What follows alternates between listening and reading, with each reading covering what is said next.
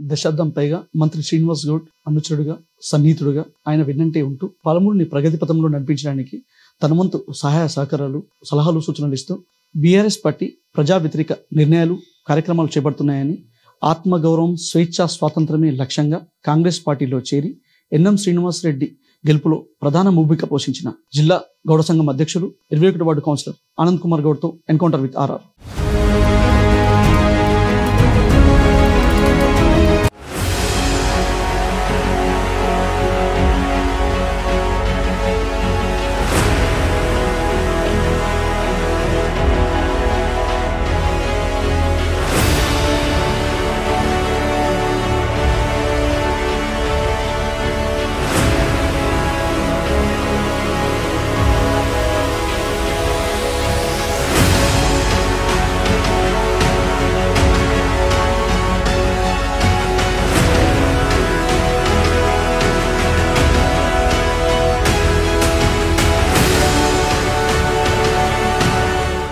నమస్కారం అన్న.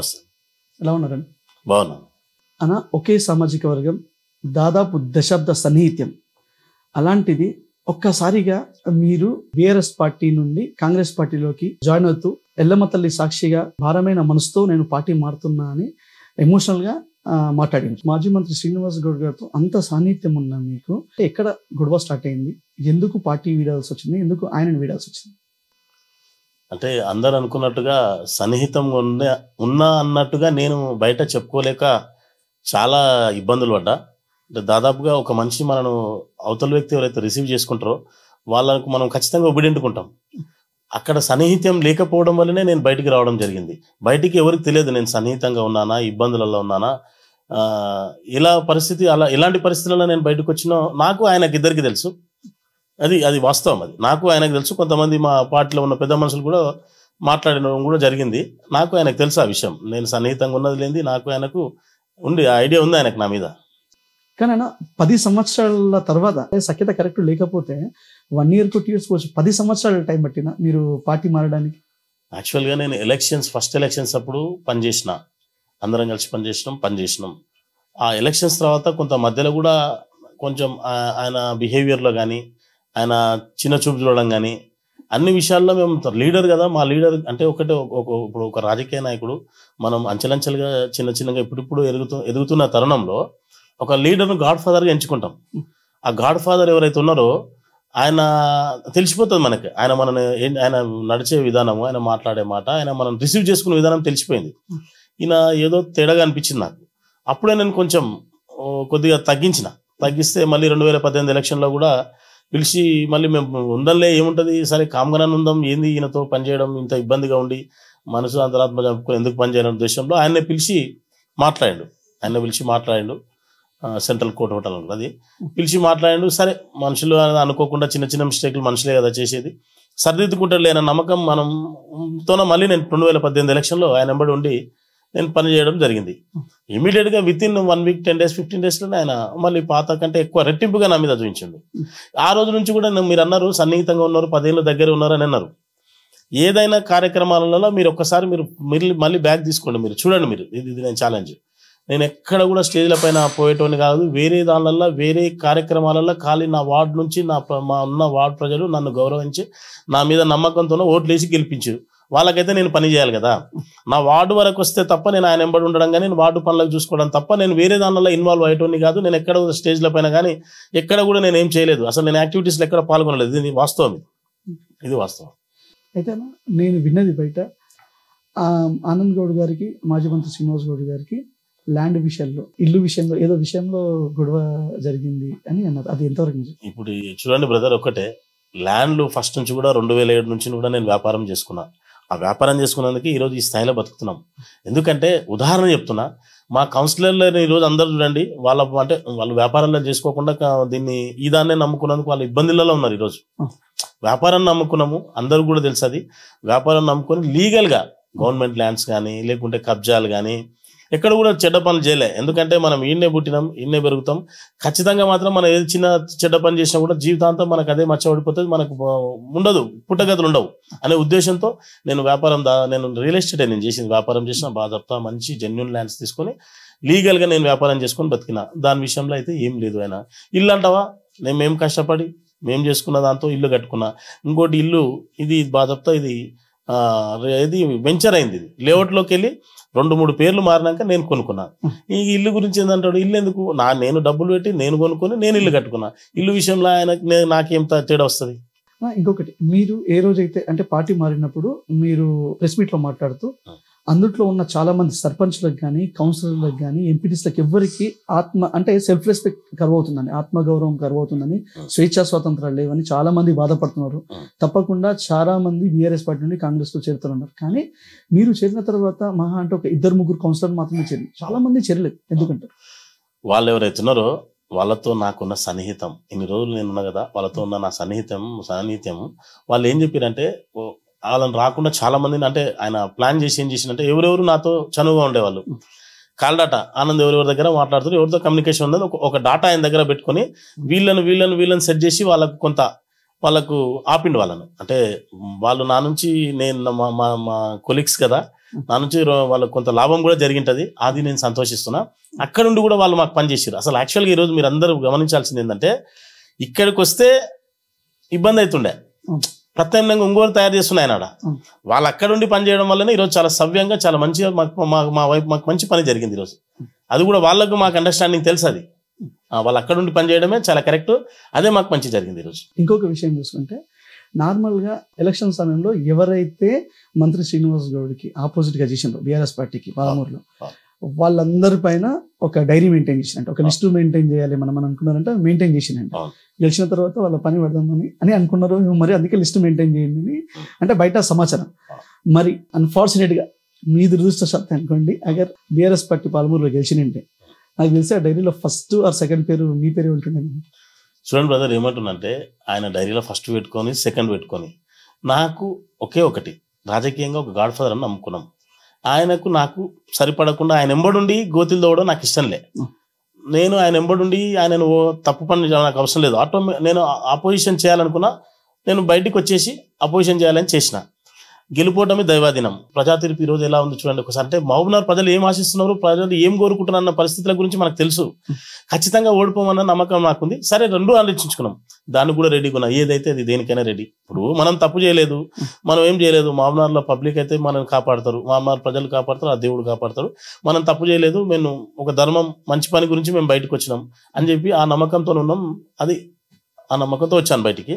అగర్ నిజంగా గెలిచినంటే ఆనంద్ గౌడ్ గారు మహబూబ్నగర్లో ఉంటుండే. ఎందుకున్నాను?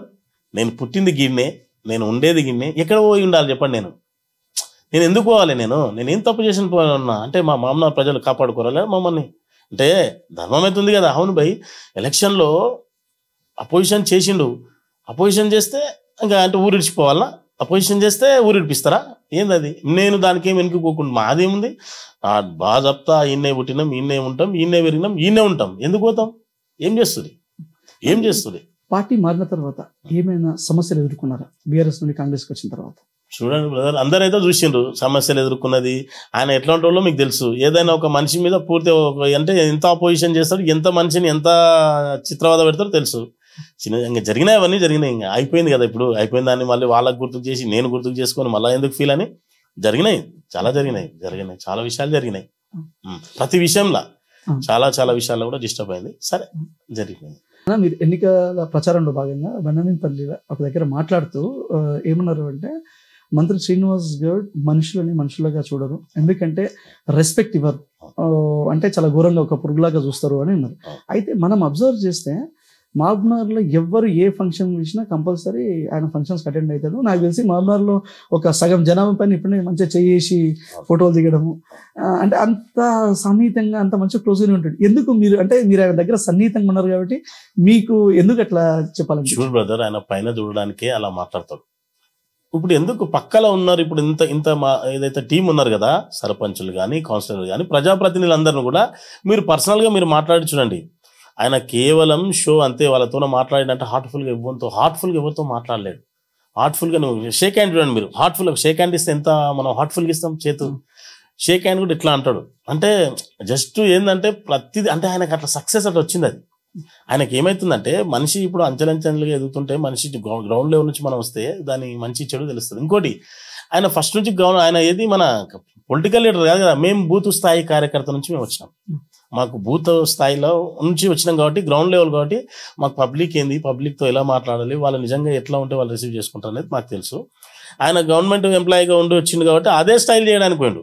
ఇప్పుడు ఈరోజు మీరు చూసారు కదా, ప్రేమ అభిమానాలకు ప్రజలు లొంగుతారా, డబ్బులకు దౌర్జన్యానికి లొంగుతారా అనేది ఇదే మనకు ఉదాహరణ. ఈరోజు మహబూబ్ నగర్లో మొన్న ఏం జరిగింది, పాపం మా ఎన్ఎం శ్రీనివాసరెడ్డి గారు ఎమ్మెల్యేగా ఈరోజు గెలిచారు, ప్రజల ఆశీర్వాదంతో ఈరోజు గెలిచిందంటే ఆయన మంచి మనిషి, సౌమ్యుడు, ఎవరిని అరాచకం లేదు, ఎవరిని హింసించాడు, ఎవరిని ఇబ్బంది పెట్టాడు. ఆయనను గెలిపిద్దాం పోయి డబ్బులు లేవు ఆయనతోన. యువతలో ఏం మాట్లాడుతున్నారంటే ప్రజలందరూ కూడా కొందరికి వేరే వాళ్ళు కూడా ఆయనతో అంత డబ్బు ఉంది, ఆయనకు పరపతి ఉంది, పోలీసు వాళ్ళు అనుకుంటే పోలీసు వాళ్ళు ఉన్నారు, అంత మొత్తం అన్ని వ్యవస్థలు మహిళా గ్రూపులు ఉన్నాయి, అవి ఉన్నాయి, ఇవి ఉన్నాయని మాట్లాడారు. ఏదైనా ఉన్నాను భయ ఆయనతో మంచితనం ఉంది అని చెప్పినాం, ఆయన దగ్గర మంచితనం ఉంది, పని చేయనిక మేము ఉన్నాం సైనికుల్లాక అని చెప్పినాం అందరం. నేనంటే మా దాంట్లో నిజంగా అందరూ కూడా హార్డ్ వర్క్ చేశారు.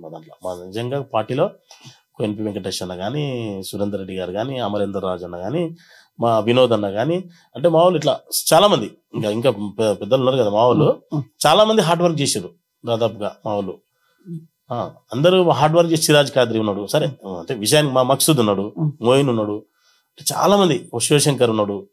మా వాళ్ళు ఒక్కరొక్కరు అంటే ఒక్కరం చేస్తే కాదు కదా ఏదైనా. ఇప్పుడు ఒక్కరం చేస్తే ఇప్పుడు ఈరోజు కాదు కదా, ఎవరి వాళ్ళుగా వాళ్ళే ఎన్ఎం శ్రీనివాసరెడ్డి అనుకుని పనిచేసింది ఈరోజు.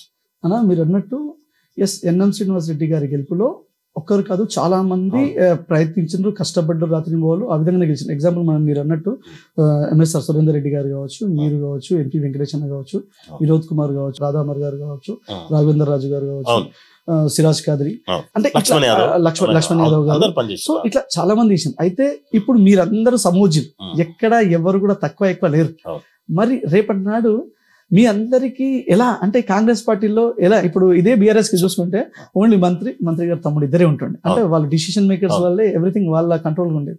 బట్ ఇప్పుడు ఇక్కడ ఎన్ఎం శ్రీనివాసరెడ్డి గారు ఎంబడి ఇంతమంది ఉన్నారు, ఇంతమందికి ఎలా ప్లేస్ చేయబోతున్నారు, ఇంతమందికి ఎలా అంటే ఈక్వల్ గా వాల్యూ పొందబోతున్నారు? చూడండి బ్రదర్, ఏముందంటే మా NM sir intellectual, first of all intellectual. ఆయన నిజంగా కూడా మేము కూడా ఇప్పుడు ఇక్కడ ఏదైతే ఉన్నామో మేమున్న మా పార్టీలో పనిచేసిన వ్యక్తుల్లో ఇప్పుడు చెప్పిన పేర్లు కానీ ఇంకెవరైనా కూడా ఇంకా చాలా మంది ఉన్నారు. సార్ దగ్గరికి తీసుకుపోయేటప్పుడు మేము సరైన వ్యక్తిని సరైన విషయం మీద అవగాహన కలిగి సార్కు మంచి విషయం చెప్తాం. ఇన్ని రోజులు జరిగింది మావునార్లు ఏంటంటే చాడీలు చెప్పి ఏమంటారు దళారీ చేసి అంత తప్పుడు చేసి అంత చెడిపోయింది. కాబట్టి మాకు అది మొత్తం మాకు ఐడియా ఉంది కదా, మేమందరం కలిసి ఏదైనా ఒక మాట చెప్తే కూడా అందరం ఒకరి మాట ఒకరు తీసేయకుండా అందరం కలిసి ఒక మంచి నిర్ణయం తీసుకొని సార్కు మంచి ఆలోచన చెప్తాం వారికి. కానీ సారు ఇప్పుడు ఇంకోటి మా లీడర్ ఉంటే మేము ఉంటాం. ఎన్ఎం శ్రీనివాసరెడ్డి గారికి మంచి పేరు ఉందనుకో మాకు మంచి పేరు ఉంటుంది, ఎన్ఎం శ్రీనివాసరెడ్డి గారు మంచి పనులు చేశారనుకో మాకు మంచి పేరు వస్తుంది. వారే మా లీడరు, వాళ్ళే ఎమ్మెల్యేగా ఉంటారు. అందరు ఎవరి స్థానం వాళ్ళకు ఉంచుతారు. ఇప్పుడు ఏముంది అంటే ఎవరి స్థానం వాళ్ళకి, ఇప్పుడు నేనే ఇది కావాలని కాదు, ఎవరెవరికి ఏమి ఇవ్వాలో ఆయనకు ఐడియా ఉంది, పైన అధిష్టానం ఉంది, వాళ్ళకి ఐడియా ఉంది, ఎవరిది వాళ్ళకు కూడా సమన్యాయం జరుగుతుందన్న నమ్మకం మాకుంది. ఇంకోటి మాజీ మంత్రి శ్రీనివాస్ గౌడ్ గారు చూస్తే ఓడిపోయినారు, కానీ ప్రజల క్రేజ్ మాత్రం తగ్గలేదు. ఇప్పటికీ ఎవరు వచ్చిన సెల్ఫీలు తీసుకుంటున్నారు, ఫుల్ జనాలు కలుస్తున్నారని, అంటే బయట కూడా ప్రజలు ఏమనుకుంటున్నారు అంటే బాగా క్రేజ్ ఇంకా చాలా ఉంది, ఎట్లా ఓడిపోయినారు మరి అని అనుకుంటున్నారు. ఎందుకంటారు బ్రదర్? ఏమంటున్నంటే ఒకటే చెప్తున్నా, ఇవన్నీ షో. నేను ఒక్కటే చెప్తున్నా వినండి మీరు. అంటే ఒక కోటరీ పక్కన పెట్టుకుంటారు కొంత. మొన్న కూడా ఎలక్షన్లప్పుడు మొత్తం ఒక స్టూడెంట్స్ను పెట్టుకున్నారు డైలీ, అంటే పేడ్ పెట్టుకొని షో. అంటే నిజంగా చెప్తున్నారు చూడండి, మీరు ఒక్కసారి ఆలోచించండి దయచేసి. రియల్ ఎప్పుడైనా రియలే, నిజమే ఉంటుంది. షో చేసిన వాళ్ళు ఎప్పుడు సక్సెస్ కాము. ఈ స్థాయికి వచ్చినాక మనం షో చేయదు, ఆ స్థాయికి వచ్చినాక ఆయన స్థాయి ఒక మంత్రి స్థాయికి వచ్చినాక షో చేయదు. నిజం ఉండాలి. ఏది చేసినా షో చేస్తే ఎప్పటికైనా అది కేవలం తాత్కాలికం. ఏ పని చేసినా ఒక పని చేస్తే మనకు రియల్గా ఆ పని చేస్తే దాన్ని నిజంగా పర్మనెంట్గా ఉండాలి. అంటే మనను ఒక మనిషి అవతల ఉన్న వ్యక్తి మనను గ్రహిస్తే అరే ఇది వాస్తవం బై, ఇది నిజం బై అని నమ్మాలి. అంటే అలాగా మనం ప్రవర్తించాలి, అలాగా మనం ఉండాలి. అది రాజకీయ నాయకుడు అంటే మనిషి రాజకీయ నాయకునికి ఓటేస్తారు, మనపై నమ్మకం ఉండి ఓటేస్తారు. నేను చెప్పిన మాటలు 100కు 100 నువ్వు చేసుకుంటూ పోతే అనుకోకుండా 2-3 అటు ఇటు కొంచెం అయితే ఇదవుతుందో, కానీ మొత్తం షో చేస్తే వేస్ట్. షో చేసి ఆయన ఇప్పటికి అదే ఈరోజు ఆయన మరి అంతమంది తిరిగిన క్రేజ్ ఉందంటారు కదా, మరి ఎందుకు దాదాపు 18,000 చిల్లర ఓట్లతో ఎందుకు అపజయం పాలైన వాళ్ళు? అంటే పక్కన ద్రోహం చేసింది. పక్కన ఉన్నోరు అంటే వినాలి దయచేసి. ఎవరైనా పక్కనున్న వ్యక్తి ఏ పరిస్థితుల్లో ద్రోహం చేయాల్సి వస్తుంది? వాళ్ళకు ఆయన ఎంత ద్రోహం చేసి ఉంటే, వాళ్ళని విస్మరించి ఉంటే, వాళ్ళను ఇది చేసి ఉంటే, వాళ్ళు ఎంత బాధ ఉంటే వాళ్ళు ఒక పక్కనున్న వ్యక్తి ఎవడైనా మనకు ఒక పక్కనున్న వ్యక్తి అట్లా చేసి ఉంటే వాళ్ళకి ఎంత జరిగి ఉండాలి? అంటే అది మంచిగా చేసినట్ట కాదు కదా. ఆనంద్ కుమార్ గౌడ్ గారు అంటే మహబూబ్ నగర్ లో సీనియర్ రాజకీయ నాయకుడు అనుకుంటారు, ఎందుకంటే మీరు ఎప్పటి నుండో రాజకీయాలు ఉన్నారు. అయితే మిమ్మల్ని అబ్జర్వ్ చేస్తే ఎప్పుడు మీ ఇంకా సీనియర్స్ కంటే యూత్ చాలా మంది ఉంటారు. అంటే మిమ్మల్ని చూస్తే ఒక యువజన నాయకుడు, యూత్ లీడర్ లాగా కనబడతారు. ఎందుకు యూత్ని ఎక్కువ మెయింటైన్ చేస్తారు? అండ్ దీంట్లో ఇంకో క్వశ్చన్ ఏంటంటే, మీ వెనకాల ఉన్న యూత్ చాలా మంది మీరు వచ్చినప్పుడు, అంటే కాంగ్రెస్కి వచ్చినప్పుడు మీతో పాటు రాలేదు అని బీఆర్ఎస్ ఉన్న నాయకులే అన్నారు. ఆయన ఇంకా ఎందుకు పోలేరంటే వాళ్ళందరూ ఇప్పుడు మా సైడ్ ఉన్నారు, అంటే ఆయనతో పాటు కాంగ్రెస్ కూడా వాళ్ళకి ఇష్టం లేదన్నారు. అది ఎంతవరకు నిజం? చూడండి బ్రదర్, నా ఎంబడి నేను సీనియర్ నాయకుని ఏం కాదు, నేను చాలా చిన్నోని. నాకంటే పెద్ద నాయకులు ఉన్నారు. నేను ఎందుకు సీనియర్? నాకంటే గొప్ప గొప్ప వాళ్ళు ఉన్నారు, పెద్దోళ్ళు ఉన్నారు. నేను చాలా చిన్న నాయకుడిని. నాకు ఫస్ట్ నుంచి కూడా నాకు యూత్ క్లబ్స్ నుంచి వచ్చినాయి. అంటే కొంత వివేకానంద స్వామి అంటే నేను యూత్ అంటే ఏంది, మనం ఎట్లుండాలి, మనం కూడా కొంత ఆదర్శంగా ఉండాలి. తెలియనప్పుడు చిన్న చిన్న మనం చేసిన దాన్ని మొత్తం సర్దిద్దుకుంటూ ఈరోజు ఏంటంటే ప్రతి విషయం కూడా పూర్తి అవగాహనతో ఉండాలి. మనం ఏది చేసినా ఒకరికి ఆదర్శంగా ఉండాలి. కనీసం పర్వాలేదు భయ్ అనిపించుకోవాలి. అరే ఆనంద్ అంటే పర్వాలేదు భయ్ అనిపించుకోవాలి. ఆ విధంగా నాకు ఉండాలని నాకు అలవాటు. యూత్ క్లబ్స్ నుంచి వచ్చిన కాబట్టి యూత్ ఎందుకు యూత్ నేను ఎక్కువ నాకు ఉంటారంటే, యూత్ వేరే ఆలోచించారు. వాళ్ళ ఇంట్లో వాళ్ళు భోజనం చేస్తారు, వాళ్ళ ఇంట్లో వాళ్ళు చేసుకొని వాళ్ళు కేవలం ఎవడైనా నచ్చిన వ్యక్తి వచ్చి ఎంబడి తిరుగుతారు. సింగిల్ ఎంపీ కూడా మనం ఇవ్వాల్సి ఉండదు. ఓన్గా వాళ్ళు సొంతంగా వాళ్ళ డబ్బులు వాళ్ళే ఖర్చు పెట్టుకొని వాళ్ళు వచ్చి మన ఎంబడి తిరుగుతారు. వాళ్ళని ఇంకోటి నేను నిజంగా కూడా మన దగ్గర ఉన్న ఎవరినైనా కూడా నా దగ్గర ఉన్న యూత్ కానీ మా స్నేహితులు అనుకో మా తమ్ముళ్ళ లాగా ఫీల్ అవుతాను. నేను తమ్ముళ్ళ లాగా అంటే నా ఫ్యామిలీ మెంబర్స్ అనుకుంటా. నా ఎంబడి తిరిగిరు మొన్న ఎలక్షన్. మీరు అన్నారు రాలేదు మొన్న ఎలక్షన్ అన్నావు. నన్ను ధైర్యం ఇచ్చింది వాళ్ళే. మీ అందరికి తెలియని విషయం ఏం చెప్తున్నట్టే నా ఎంబడి రాలేదన్నారు. నేను ర్యాలీ తీస్తే దాదాపుగా 2,000 మంది వచ్చారు. ఒక్కసారి మీరు నిజమా కదా చెప్పండి. అంటే ఆ రోజు నాకు నా ఎంబడి ఎందుకు యూత్ అయినట్టు, మహబూబ్నగర్లో నేను పార్టీ చేంజ్ అవుతున్నా అని చేంజ్ అయినప్పుడే నేను మాట్లాడితే ఎట్లా చెప్పారంటే వాళ్ళు, అరే అన్న ఇదన్నా అన్న దేనికైనా రెడీ అన్న వస్తామని చెప్పారు. వాస్తవంగా చెప్తున్నా. ఈరోజు ఒక ర్యాలీ తీస్తే 2,000 మంది వచ్చారు. ఇప్పటికైనా సరే వాళ్ళు ఒకటే ఏందంటున్నంటే, వాళ్ళకు నా పైన ఉన్న నమ్మకం, నేను కూడా వాళ్ళు అలాగే నమ్ముతాను. అంటే వాళ్ళను ఇప్పుడు ఒకరిని మనిషిని నమ్మితే ఎలా ఉండాలంటే, ఏముంటుంది ఏం పోగొట్టుకుంటాను చెప్పు, ఎదుటి వ్యక్తికి మనం ఇచ్చే రెస్పాన్స్ని బట్టి మన మీద వాళ్ళ రియాక్షన్ ఉంటుంది అంతే.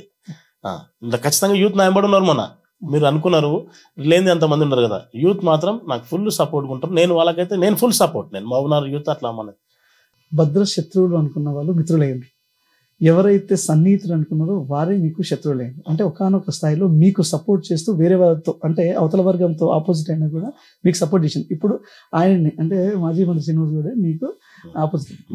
బ్రదర్ ఎట్లా ఏంది బ్రదర్ అంటే, ఒకటి అన్నారు everything is possible in politics అన్నారు, కానీ ఎవ్రీథింగ్ అని కాదు. నిజంగా చెప్పాలంటే అమరేందర్ రాజు మహబూబ్నగర్లో ఒట్టి పెరిగిండు, నేను కూడా మహబూబ్నగర్లో ఒట్టి పెరిగిన. నాకు వాళ్ళకు కూడా కొంత రిలేషన్ ఉంటుందిగా. ముందర ఫస్ట్ అంటే ఈ గొడవ జరగక ముందు, ఈ గొడవకి ఎవరు కారణం, ఆయనను ఎవరు ఇది చేసిండ్రు, ఎంకరేజ్ చేసిండ్రు, నన్ను ఎవరు ఎంకరేజ్ చేసిండ్రు, మేమిద్దరము ఇవన్నీ జరిగిన తర్వాత కొన్ని రోజులకు రియలైజ్ అయ్యి నేను ఒక దగ్గర ఉండి అసలు ఏం జరుగుతుంది ఏం జరిగింది అనే దాని విషయంలో ఇద్దరం డిస్కషన్ చేసుకుంటే అప్పుడు బయటపడ్డది. అరే ఇది కావాలని మా ఇద్దరిని ఇది చేసి ఇద్దరి మధ్యలో గొడవ ఉంటే మన మాజీ మంత్రి గారికి ఆయన ఒకరిని కలిసి ఉండనియాడు. నువ్వు వీళ్ళే కాదు, ఇది సరే ఇది మా పంచాయతీ ఒక్కరు పక్కకి పెడదాం. ఒక టీం ఉంటే ఆయనకు నచ్చదు.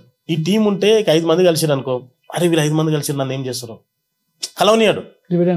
వీళ్ళందరూ డివైడింగ్ రూల్ పాలసీ అయినది. కలిసి ఉంటే ఏదో ఒక పార్టీ ఉంటుంది. ఇప్పుడు మేము ఉన్నాం, ఒక 5-6 మంది ఉన్నాం, ఈ టీం ఉంటుంది. మేము కలిసి ఉంటే పార్టీకి బలమా? బలమే కదా. మా నాయకుడికి అయితే చాలా విలువ ఉంటుంది, బలం ఉంటుంది కదా. వీళ్ళందరూ డివైడింగ్ రూల్ పెడితే అది ఎట్లయితే తప్పు కదా. సార్ది ఉన్నది ఒకటి, మేమిద్దరము కొట్లాడితే ఆయన మధ్యలో ఏదో చేద్దామని అనుకున్నాడు. సరే మంచి చెడు జరిగి ఇద్దరం మాట్లాడుకున్నాం, ఇది మంచి పని కాదు భయ్ అని చెప్పేసి ఇద్దరం మాట్లాడుకుని ఇద్దరికి ఏం చేయలే. మా ఇద్దరిని ఇబ్బంది, నన్ను ఎంత ఇబ్బంది పెట్టాడో నాకు తెలుసు, వాళ్ళని ఇబ్బంది పెట్టినా మీకు తెలుసు, నా ఇబ్బంది పెట్టినా నేను బయటికి చెప్పుకోలే. కొందరికి తెలుసు, ఇంపార్టెంట్ వాళ్ళకి తెలుసు. నేను బయటకు కూడా బయట పడలేదు, సింగిల్ కూడా నేను బయట పడలేదు. ఎందుకంటే నాకు కొంచెం అంటే మనిషికి ఎప్పుడు వస్తుంది ఒక ఆవేశం, ఒక ఆవేదన అంటే దాన్ని ఓర్చుకోవాలి. ఆకలి విలువ ఇప్పుడు కడుపు మార్చుకుంటే ఆకలి విలువ తెలుస్తుంది. కావాలని నేను దాన్ని అనుభవించిన. అంత సడన్ గా వస్తామా? చాలా రోజుల నుంచి కూడా నేను ఎంబడి లేను, సార్ ఎంబడి. చాలా రోజుల నుంచి నేను యాక్టివ్ లేను, ఎంబడి లేను. చాలా విషయాల్లో కూడా దాదాపుగా నేను అవాయిడ్ చేస్తూనే వచ్చిన. అయితే నార్మల్గా అంటే మీ ఏరియాలో ఎక్కడైనా వర్షం బాగా వచ్చినప్పుడు పెద్ద చెరువు నీళ్ళు వస్తుంటే హూటా హుట్టిన ఆ రోజే రాత్రి వచ్చి అంటే దీనికి ఇంత ఫండ్ కేటాయించడం, అదేవిధంగా ఎగ్జాంపుల్ మీ గౌడ సంఘానికి అన్ని కుల సంఘాలకు చేసిండ్రు, గౌడ సంఘానికి కూడా ఒక ప్లేస్ దాంతోపాటు దాదాపు 2-3 కోట్లు కేటాయించడం, అంటే దానికి ఇంత బడ్జెట్ అంటే ఇంత చేయడంతో మీరు కూడా చాలా మంది అంటే 1,000 మంది సైన్యంతో అంటే గౌడ్లతోని ఒక ఆత్మీయ సమ్మేళనం కూడా చేసిండ్రు. ఇంత చేసిండ్రు మీరు, అయినా ఎలా ఏమంటున్నాం బ్రదర్ అంటే మహబూబ్నగర్లో ఇప్పుడు మన ట్యాంక్ బండ్ ఏదైతుందో పెద్ద చెరువు అవుతుందో, పెద్ద చెరువులో ఎప్పుడు వర్షం పడేది, ఎప్పుడన్నా అన్ని నీళ్ళు అలా వరదలాగా వస్తున్నాయినా. అసలు ఏమంటారు, నీరు పళ్ళ మెరుగు అంటారు. అంటే నీరు ఎక్కడైతే లో ఉంటుందో అక్కడ పోతాయి వాటర్. అవునా? ఒక చెరువు ఎందుకు ఉంటుంది, ఒక కుంట ఎందుకు ఉంటుంది, ఒక కాలువ ఎందుకు ఉంటుంది, దాని నుంచి పిల్ల కాలువ నుంచి ఇంకో దాంట్లో ఎందుకు పడుతుంది, ఇవన్నీ ఒక సిస్టమ్ ఉంటుంది. మనం ప్రకృతికి విరుద్ధంగా పోవద్దని చెప్తున్నాను నేను. ఈ రోజు చెరువు నీళ్ళు మీరు వచ్చి ఫ్లడ్స్ వచ్చినాయి అంటున్నారు. ఏది ఫ్లడ్స్? 2 చుక్కలు పడితే మా వాళ్ళ ఇళ్ళలో వచ్చి మొత్తం పోయి నిండిపోవాలి. ఎందుకు? నువ్వు చెరువును తీసి దాన్ని ఏమో చేస్తారంట. అంటే అండర్ కన్స్ట్రక్షన్ ఉండేమో కదా. చెప్పండి, నేను ఏమంటాను అంటే అండర్ కన్స్ట్రక్షన్ మీన్స్ ఆ చెరువులో నీళ్లు బయటికి పోవడానికి చేసినందుకు. చెరువులో నీళ్లు చెరువు లోపలికి పోతే మాకు ఫ్లడ్స్ వచ్చేది కాదు. చెరువు నీళ్లు చెరువులోకి పోకుండా బయటికి రావడానికి వదిలినప్పుడు ఇళ్ళలోకి వచ్చినాయి. ఇంతే కదా. కొత్తగా ఇప్పుడు ఇన్నేళ్ళు వర్షాలు పడలేదా? ఇన్నేళ్ళు ఇండ్లు లేవా? ఇన్ని సంవత్సరాలు లేవా?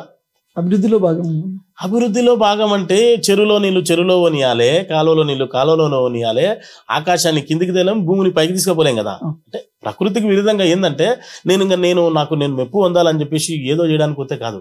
మెప్పు పొందాలంటే కూడా వాస్తవం ఉండాలి. ఇక్కడ ఉండాల్సింది ఇక్కడనే ఉండాలి, ఇక్కడ ఉండాల్సింది ఇక్కడనే ఉండాలి. అంటే కొన్ని ఉంటాయి కదా, సైంటిఫిక్ గా ఉంటుంది. ప్రతి విషయంలో కూడా ఏంటంటే ఆ చెరువును చెరగొట్టి ఏదో చేద్దామని చెప్పి చూసిండ్రు. ఆ నీళ్లు బయటకు వదిలేందుకు ఆటోమేటిక్ గా నీళ్లు బయటకు వచ్చి ఇళ్ళకు పోయినాయి. అంతే అది.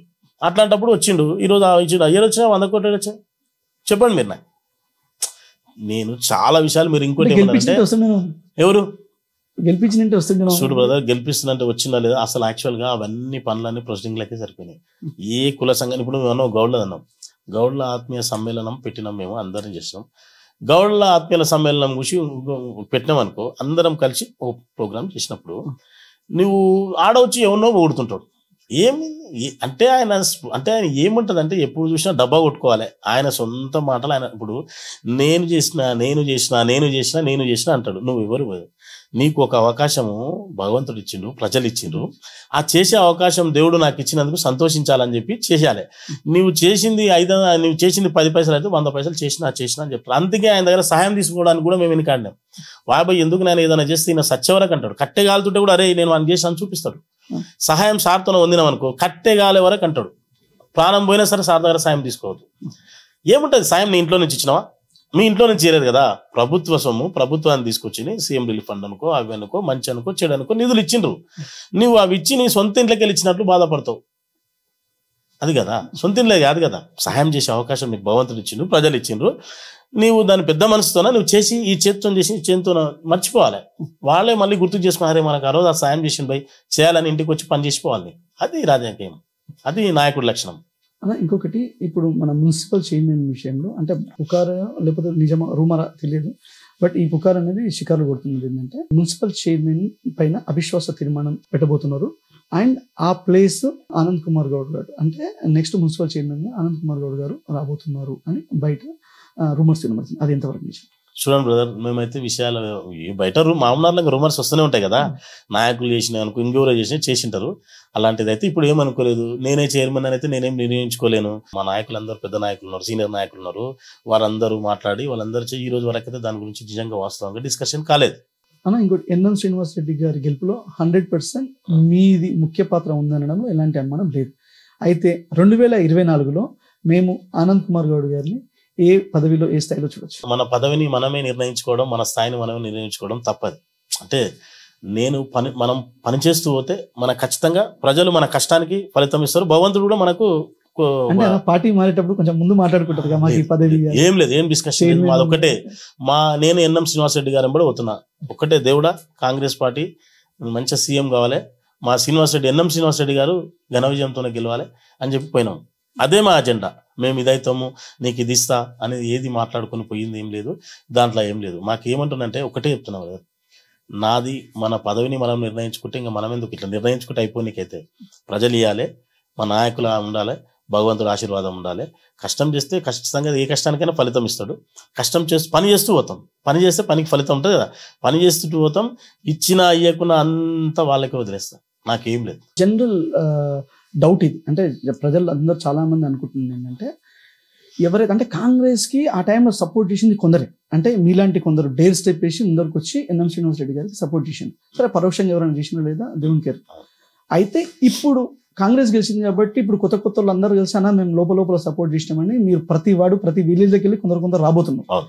అయితే ఇప్పుడు అలాంటి వాళ్ళు రావడం వల్ల నిజంగా కాంగ్రెస్ పార్టీకి లాయల్గా జెన్యున్గా కష్టపడ్డ వాళ్ళకి అన్యాయం జరగబోతుందో ఏమో అని చాలా మంది అంటే second level third level cadre లీడర్లు ఆలోచిస్తున్నారు.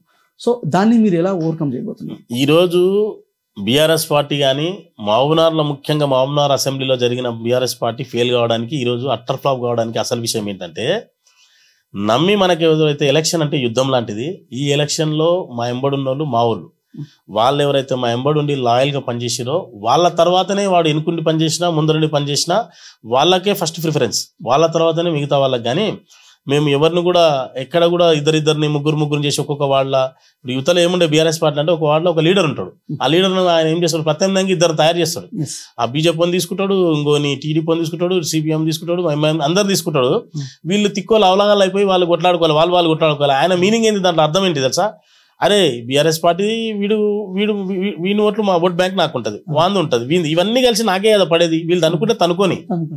అట్లా కాదు, మా అందరిని ఒక ఏకతాటి మీద తీసుకొచ్చి మా లీడర్, మా నాయకుడు ఎన్ఎం శ్రీనివాసరెడ్డి గారు కానీ, మా సీనియర్ నాయకులు కానీ అందరిని ఇచ్చేసి ఫస్ట్ మన పార్టీకి ఈరోజు మా ఎలక్షన్లో మా ఎంబడి ఎవరైతున్నారో వాళ్ళకే ఫస్ట్ ప్రిఫరెన్స్.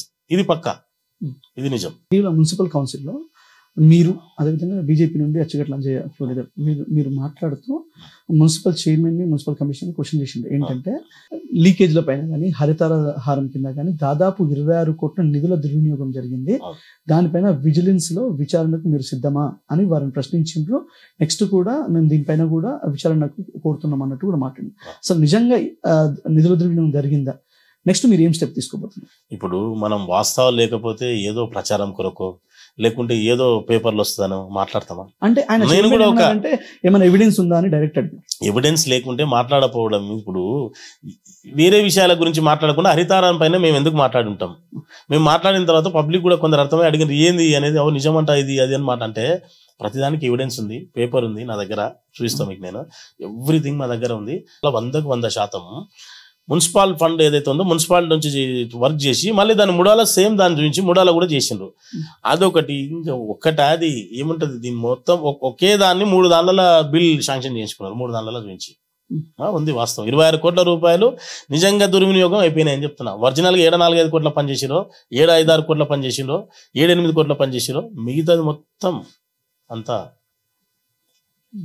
వాస్తవం. 10 సంవత్సరాల క్రితం మీరు రాజకీయ అరంగేట్రం చేసినప్పుడు అసలు ఏమనుకొని ఏం చేద్దాం, పాలమూరు ప్రజలకు కానీ మిమ్మల్ని నమ్ముకున్న యూత్కి ఏం చేద్దాం అనుకొని మీరు రాజకీయాల్లోకి వచ్చిండ్రో, అసలు మీరు ఏదైతే అనుకొని రాజకీయాల్లోకి వచ్చిండ్రో అది ఎంతవరకు మీరు సక్సెస్ అయ్యిండ్రు?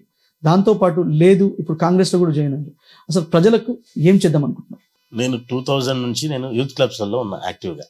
నాకు యూత్ క్లబ్స్ అన్న, యూత్ అంటే ఒక 10 మంది ఒక సమూహం ఉంటే దానికి ఒక కలర్ వస్తుంది. అంటే 10 మంది కలిసి ఒకటి చేస్తే దానికి ఒక ఇది వస్తుంది అన్న ఉద్దేశంతో ఎప్పుడు యూత్ క్లబ్స్ నుంచి నా లైఫ్ స్టార్ట్ చేసిన నేను. ఆ తర్వాత 2006లో కూడా యాక్చువల్లీ నేను 2010 ఏం కాదు, నేను దాదాపుగా నేను యాక్టివ్ ఉన్నది నేను అంటే 2005 నుంచి నేను యాక్టివ్, అంటే 2000 నుంచి తిరిగిన. నిజంగా ఎలక్షన్లో 2006లో దాదాపు 16 ఓట్లతో ఓడిపోయాను మా మదర్ని. అప్పుడు నా మ్యారేజ్ 2005లో అయింది. 2006లో మదర్ని కాంటాక్ట్ చేస్తే అప్పుడు పెద్ద అది మాది క్రిస్టియన్పల్లి, భగీరథ, పెద్ద గ్రామ పంచాయతీ ఇది. అప్పట్లో వార్డు, ఇప్పుడు మున్సిపాలిటీ లేకుండే, ఇది రూరల్, అది మండల్ ఉండే, ఇది గ్రామ పంచాయతీగా ఉండే. దాదాపు 10,840 ఓట్లు ఉండే అప్పట్లో. 16 ఓట్లతో, కేవలం 16 ఓట్లతో ఆ రోజు టీడీపీ నుంచి మా మదర్ ఉంటే అప్పుడు ఇదైనాం. అప్పటి నుంచి కూడా యాక్టివ్. ఆ ఓడిపోయినాక అప్పుడు అనిపించింది అంటే ఎన్నో లోటు ఏందనేది తీసుకుంటే కొన్ని విషయాలన్నీ అవగాహన వచ్చినాయి. అప్పటి నుంచి మనం దాని మీదనే మనం నెక్స్ట్ మళ్ళీ ఆ ఓటమి నాకు గెలుపుకు కూడా చాలా చూపిస్తుంది. ఆ ఓటమి తర్వాత నాకు ఏం జరిగితే ఇట్లా ఉంటుంది అనే ఉద్దేశంతో దాంతో స్టెప్పులు అన్నీ తీసుకుంటూ వచ్చినాయి. అలా ఇప్పుడు కాంగ్రెస్లో మీరు జాయిన్ అయ్యారు కదా, అంటే మీరు ఎలాంటి అభివృద్ధి చేయాలి ప్రజలకు, మెయిన్గా యూత్కు మీరు ఎట్లాంటి అంటే ఏం చేద్దామని అనుకుంటున్నారు? ప్రజలు ఎట్లాంటి వాళ్ళు మనం అంటే మన మహబూబ్నగర్ ప్రజలు ఎంత మంచి వాళ్ళు అనే దానికి ఒకటే చెప్తున్నా.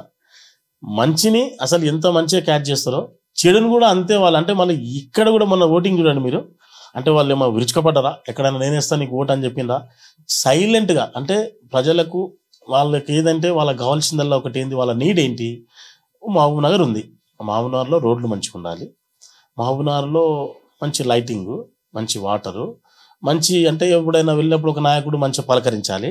ఇప్పుడు ఒక నాయకుడు పోయినప్పుడు 1 లక్ష రూపాయలు 2 లక్షలు ఇచ్చి పైసలు ఇస్తే ఇంకా నాయకుడు ఉంటుంది ఆవాడు. ఒక నాయకుడు పలకరింపు, వాళ్ళకు అవసరమైనప్పుడు వాళ్ళకు మనం దగ్గరలో ఉండాలి. ఇంకా మహబూబ్నగర్లో ఇక ఎట్లుంటుంది అంటే కొన్ని రాజకీయ నాయకులు అంటే, అరే మహబూబ్నగర్లో ఎంతమంది చచ్చిపోయారా భయ్ ఈరోజు, అరే ముగ్గురేనారా భయ్, ఇంకో 5-6 మంది చచ్చిపోయింటే పోతే ఇంకా సాగుకునేటట్లు ఉండకూడదు కదా. అంటే ఎంత ఫేమ్ కావడానికి ఎక్కువ మంది చావాలి, ఫేమ్ కావడానికి ఎక్కువ మంది హాస్పిటల్లో ఉండాలి, మనం ఫేమ్ కావడానికి ఎక్కువ మందికి యాక్సిడెంట్లు కావాలి. ఇదేంది, మహబూబ్నగర్ ప్రశాంతంగా ఉండాలి, సుభిక్షంగా ఉండాలి. మహబూబ్నగర్ మన ఊరు. మనము ఇప్పుడు కౌన్సిలర్ అనుకో, ఎవరైనా, నేను ఉదాహరణ నా వాళ్ళ పోయి రోజు ఎవరా నీళ్ళు బయటికి వదిలిండు, ఎవడా లైట్ అట్లా ఆన్ చేసిండు, ఎవడా ఇల్లింత మీనికి లేపిరు, ఎవడా ర్యాంప్ ముందుకు తెచ్చిండు, తప్పు కదా, జులుం చేయదు. నాకు ఓట్లేసి గెలిపించి రాళ్ళు మంచో చెడు జరిగింది, లోపల ఇంట్లో ఫోన్ చేసినా మాట్లాడతాం, లేకుంటే అక్క చూడక్క నీళ్ళు ఇదో ఎట్లా అవుతున్నాయి, ఇంటి ముందర బురద అవుతుందని చెప్పాలి. వాస్తవంగా పబ్లిక్తో ఎలా ఉండాలంటే, వాళ్ళు మన ఓట్లేసి గెలిపించినాక వాళ్ళ మీద మనం జులుం చేయాలన్నా, జులుం కొరకు కాదు కదా, వాళ్ళే మన ఓట్లేసి గెలిపిస్తే వాళ్ళ మీద జులుం చేస్తే అది ఎంతవరకు కరెక్ట్? అది వాళ్ళని వాళ్ళకు కొంత మనం అవసరమయ్యేటట్టుగా మనం వాళ్ళకు అనుగుణంగా ఉండేటట్టుగా మనం మాట్లాడాలి. మహబూబ్నగర్ ప్రజలు ఒకటే కోరుకుంటారు, మహబూబ్నగర్ ప్రజలు మంచిగా పలకరింపును చూస్తారు, మంచితనాన్ని చూస్తారు. మహబూబ్నగర్ కావాల్సింది అదే. వాళ్ళు ఎంప్లాయీస్ అనుకో, వాళ్ళ పనులు వాళ్ళ వృత్తులలో వాళ్ళు చేసుకొని వాళ్ళ తిండి వాళ్ళకి తింటున్నారు. ఇప్పుడు అందరినైతే మనం సాకలేం కదా, 2 లక్షల చిల్లర మందికి ఈరోజు మనం పోయి మొత్తం అందరికి పోయి మనం పోయి భోజనాలు అంటే వాళ్ళు మంచి పలకరింపు చూస్తారు. వాళ్ళు మంచి అంటే హల్చల్ హంగామా ఇవన్నీ చూస్తారా? ఏంది హల్చల్ హంగామాతో ఏమవుతుంది? సింపుల్సిటీ మహబూబ్నగర్ ప్రజలు సింపుల్సిటీ కోరుకుంటున్నారు.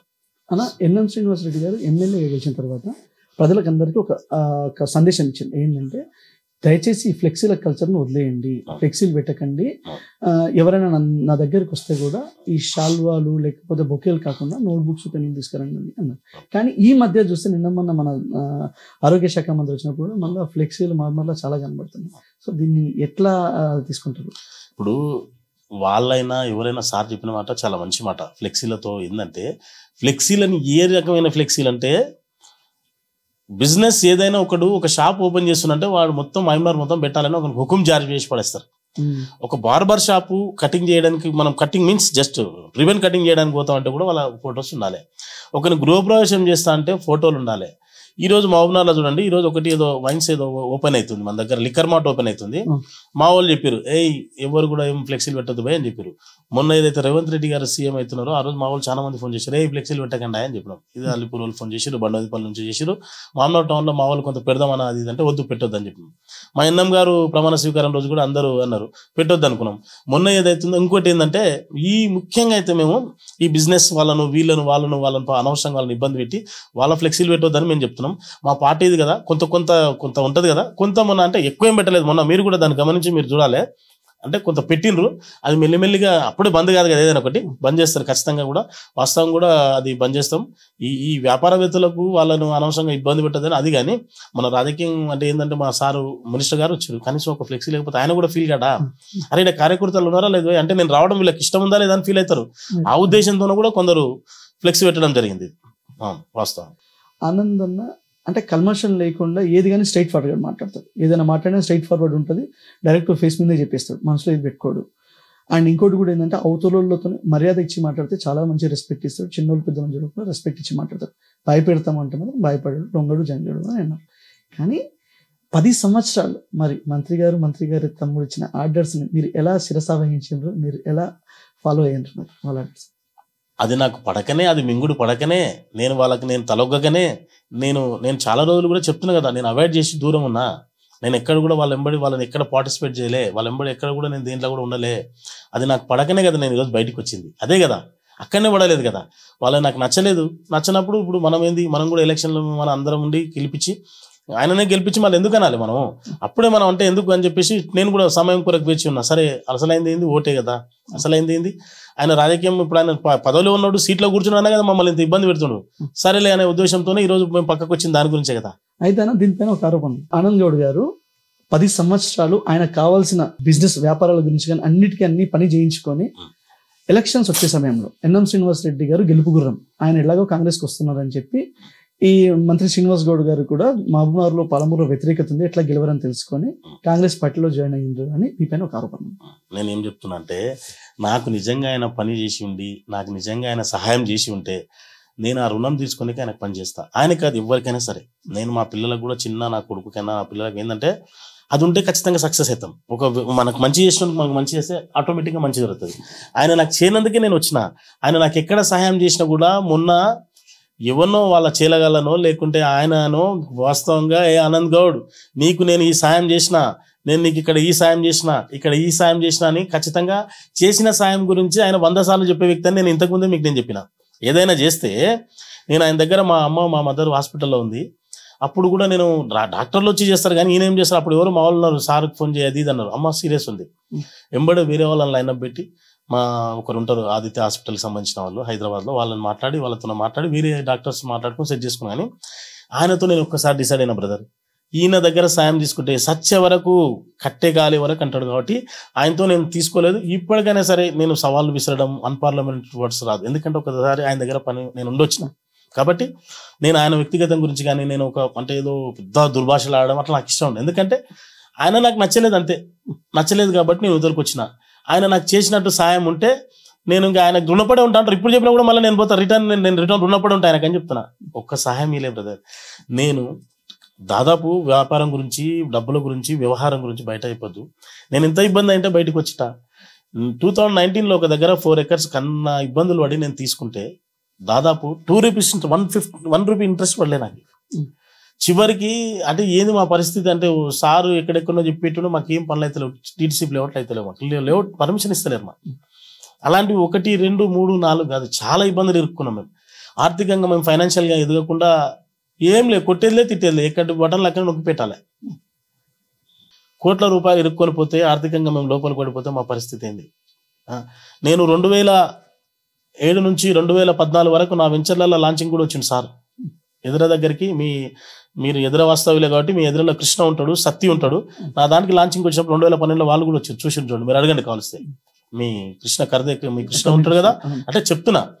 అప్పటి నుంచి కూడా నా వ్యాపారం గురించి ఆయనకు తెలుసు, నేను వ్యాపారం చేస్తున్నా అనేది, నేను రియల్ ఎస్టేట్ చేస్తాను అనేది. అప్పటి వరకు దాదాపుగా 200 ఎకరాలు చేసిన 2014 వరకు. మీకు కూడా తెలుసు అది వాస్తవంగా.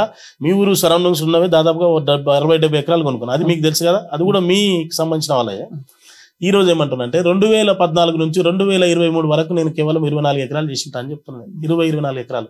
మా స్థాయి ఏడికి పడిపోయింది చూడండి, మా పరిస్థితి ఎంత పడిపోయింది చూడండి. ఆయన సాయం చేస్తే మేము చూడండి, ఆయన సాయం మాకు చేసి ఉంటే మేము అంతే చేసేవాళ్ళమా? మేము వ్యాపారం నమ్ముకున్నాం, మేము రాజకీయం చేసి చూడు ఏమంటున్నాం బ్రదర్ అంటే ఒకటి ఏదైనా ఒకరికి మంచిగా అంటే ఒక వ్యాపారంలో లాభం వచ్చినా, మనం ఆర్థికంగా ఎదిగినా ఏం చేయాలనిపిస్తుంది అంటే ఒక మనిషికి ఫీల్ ఆటోమేటిక్ ఏముంటుంది అంటే, అది ఆకలి కలిగినోడు దొంగతనం ఎవడు చేస్తాడు? ఆకలి అయితే దొంగతనం చేస్తాడు. కడుపు కాలినోడు దొంగతనం చేస్తాడు. కడుపు నిండినప్పుడు ఏం చేస్తాం? ఎవరికైనా ఇంత పెడదాం భయం ఫీల్ వస్తుంది. ఒక మంచి ఫీల్, కామన్ జస్ట్ న్యాచురల్ గా. అది నేనేంది, నాకు కొన్ని రూపాయలు దేవుడు భగవంతుడు ఏదైనా కష్టపడి వ్యాపారం చేసుకుంటూ వస్తే ఒక బడికి, ఒక గుడికి, ఒక దవాఖానకు, హాస్పిటల్కు చేదంబై అని మేము ఉన్నోళ్ళము. మా ఆలోచనతో మేము ఉన్నోళ్ళము. మమ్మల్ని ఎదగకుండా, ఆర్థికంగా ఎదగకుండా, ఎక్కడ మేము మమ్మల్ని అంటే ఈ మొత్తం బిజినెస్ లో ఎక్కడ కాకుండా మమ్మల్ని బాగా తొక్కేసినందుకే బయటకు వచ్చింది తప్ప ఆయనతో ఘోరంతా నా పర్సనల్ సాయం తీసుకోలేదని మీకు నేను నిక్కచ్చిగా చెప్తున్నా. దీనికి నేను దేనికైనా రెడీ, వాస్తవం చెప్తున్నా. చివరగా పాలమూరు యువతకు, అదేవిధంగా మహబూబ్నగర్లోని ప్రజలకు మీరు ఏం సందేశం ఇద్దాం అనుకుంటారు, ఏం చెప్పాలనుకుంటున్నారు? సందేశం ఇవ్వాల్సింది ఏముంది, ఈరోజు మహబూబ్నగర్ ప్రజలు చాలా ప్రశాంతంగా ఉన్నారు. డిసెంబర్ 3 నుంచి మహబూబ్నగర్కి మళ్ళీ స్వాతంత్రం వచ్చిందా అన్న ప్రశాంత వాతావరణంలో ప్రజలు బతుకుతున్నారు అన్నది మన కళ్ళకి కట్టినట్టుగా కనిపిస్తుంది. అంటే ఉదాహరణకి ఏంటంటే, ఎవరు కూడా వాక్ స్వాతంత్రం లేకపోయేది. నిజంగా మనకి కడుపు నొప్పి వస్తే కూడా సారు అంటే ఆ కడుపు నొప్పి అంటే ఆ సార్ ఫంక్షన్లో తినొచ్చుంటాడు, మంత్రి గారి ఫంక్షన్లో. కడుపు నొప్పి వస్తే కూడా వాడు చెప్పుకోకూడదు, అబ్బా చాలా బాగుంది పంచి ఎంత బాగుందనే అలాంటి పరిస్థితి ఉండిండే. అంటే ఈరోజు చాలా మంచిగా ప్రశాంతంగా మహబూబ్నగర్ పబ్లిక్ ఊపిరి పీల్చుకొని మా పనులు మేము చేసుకుంటాం, మా వ్యాపారాలు మేము చేసుకుంటాం, మా బ్రతుకులు మేము బతుకుతాం అనే విధంగా వాళ్ళు ఉన్నారు. అదే దాన్ని కోల్పోకుండా, అదే దానికి మేము విరుద్ధంగా చేయకుండా నిజంగా ఆ నమ్మకాన్ని నిలుపుకోవడానికి ఎవరిని ఇన్వాల్వ్మెంట్ అయ్యి ఎవరిని కూడా ప్రజలు ముఖ్యంగా సరే ఒకటే విషయం ఏమంటుందంటే పబ్లిక్ను అరెస్ట్ చేసేందుకు ఈరోజు ఈ పరిస్థితి వచ్చింది. అక్కడక్కడ కొందరు ఉన్నారుగా, కొందరు లీడర్లను అంటే అక్కడెక్కడ రాజకీయం అంటే రాజకీయం చేయాల్సిందే కదా. లీడర్లను అయితే ఎవరిని కొంత అక్కడక్కడ ఉన్న వాళ్ళు అయితే లీడర్షిప్ చేసి రాజకీయం మనం ప్రత్యేకంగా చూపించాలి కదా, ప్రత్యామ్నాయంగా అయితే మనం ఉండాలి కదా, అది వేరే. పబ్లిక్ను మాత్రం నిజంగా ఇంత నమ్మకం ఉంచుకొని వాళ్ళు ఇంత మంచి డిసిషన్ ఇచ్చారు మహబూబ్నగర్లో. వాళ్ళ నమ్మకాన్ని వంక చేయకుండా మేము మాత్రం ఖచ్చితంగా వాళ్ళు అనుకున్న విధంగా మేము ఉంటాం. వాళ్ళకి ఎక్కడ ఇబ్బంది పెట్టాం, ఎక్కడ హరాస్మెంట్ ఉండవు, ఎక్కడ ఎవరిని ఇబ్బంది పెట్టాం. వాళ్ళ వ్యాపారాలు వాళ్ళు ప్రశాంతంగా చేసుకోవచ్చు, వాళ్ళు ప్రశాంతంగా ఎక్కడికైనా తిరగచ్చు, అర్ధరాత్రి తిరగచ్చు. ఫోన్లు ముఖ్యంగా వాట్సాప్ ఫోన్లు బంద్ అయిపోయినాయి. మనకు అందరు కామన్ ఫోన్లు మాట్లాడుకుంటారు. ఇంకా కాదా ఇది స్వాతంత్రం? ఇంకా ప్రశాంతంగా ఉన్నట్టు కదా ఇది. అలాగే ఎవరికైనా ఏదైనా ఇబ్బంది ఉన్నా కూడా మా ఎమ్మెల్యే గారు నిజంగా వాళ్ళు చాలా అంటే సర్వీస్ మోటో, వాళ్ళు ఖచ్చితంగా అందరికి సాయం చేయడానికి ఉన్నారు. మా లాంటి వాళ్ళు ఎవరంటే కూడా చిన్న చిన్న నాయకులు మేము ఉన్నాం కదా, మాకు చెప్తే కూడా సార్ దృష్టికి తీసుకెళ్ళి మంచిగా చేస్తాం. ముఖ్యంగా యువకులు ఈరోజు అంటే ఈ దళారీ వ్యవస్థ వల్ల కొంత జాబ్స్ విషయంలో దాని విషయంలో కరెక్ట్ రాలేదు. నిజంగా యువకులు చాలా మంది కూడా ఈరోజు మనతో అంత నిరుద్యోగ పరిస్థితి ఉంది. ఖచ్చితంగా కూడా అంటే అది అంత పెద్ద స్థాయి మనం కాదు, కానీ చిన్న ఇక్కడ ఉన్న దాంట్లో కూడా మంచి ఏదైనా ఉద్యోగ అవకాశాలు ఉంటే సార్ దగ్గర పోయి రిక్వెస్ట్ ఆర్జీ పెట్టుకొని, సార్ వీళ్ళు మంచి ఎడ్యుకేషన్, మంచి క్వాలిఫికేషన్, ఇట్లా ఈ వ్యక్తి ఇట్లా అని చెప్పేసి కొంత వాళ్ళ ఉద్యోగాలకు కానీ దాని విషయంలో కూడా మేము కొంత ముందుండి కూడా నిరుద్యోగానికి కొంచెం మనం ఇది పడడానికి చేస్తాం. మేము ఇది 21వ వార్డు కౌన్సిలర్, జిల్లా గౌడ సంఘం అధ్యక్షులు ఆనంద్ గౌడ్ గారు చెప్తున్న విషయం. ఆత్మగౌరవం, స్వేచ్ఛ, స్వాతంత్రాల కోసం బీఆర్ఎస్ పార్టీ విడి కాంగ్రెస్ పార్టీకి వచ్చామని, భవిష్యత్తులో కూడా ప్రతి ప్రజలకు ఎవ్వరికి ఎలాంటి హరాస్మెంట్ కానీ ఎలాంటి అంటే వాళ్ళ స్వేచ్ఛ స్వాతంత్రం భంగం వాటిల్లకుండా వారికి ఎప్పుడు ఏ ఆపద వచ్చినా అన్నా అని పిలిస్తే మేము ఎప్పుడు వాళ్ళకి సాయం చేయడానికి ముందుంటామని, అదేవిధంగా మా ఎమ్మెల్యే గారు కూడా ఎనీ టైం క్యాంప్ ఆఫీస్లో ప్రజలకు సాయం చేయడానికి ఆయన ఒక సర్వీస్ మోటోతో ఉంటారు. కాబట్టి మీకు ఎప్పుడు ఏ ఆపద వచ్చినా ఏ ప్రాబ్లం వచ్చినా మా దగ్గరికి అప్రోచ్ కావచ్చని, అదేవిధంగా ముఖ్యంగా యువతకు నేను సాధ్యమైనంత వరకు అంటే యువతకు మెయిన్గా పాలమూరులో ఉపాధి కల్పించే విధంగా ఎమ్మెల్యే గారితో మాట్లాడి వాళ్ళకు ఒక ఉపాధి అవకాశాలు కూడా కల్పించే విధంగా ప్రయత్నిస్తామని ఆనంద్ గౌడ్ గారు అంటున్నారు. ధన్యవాదాలు. ఓకే.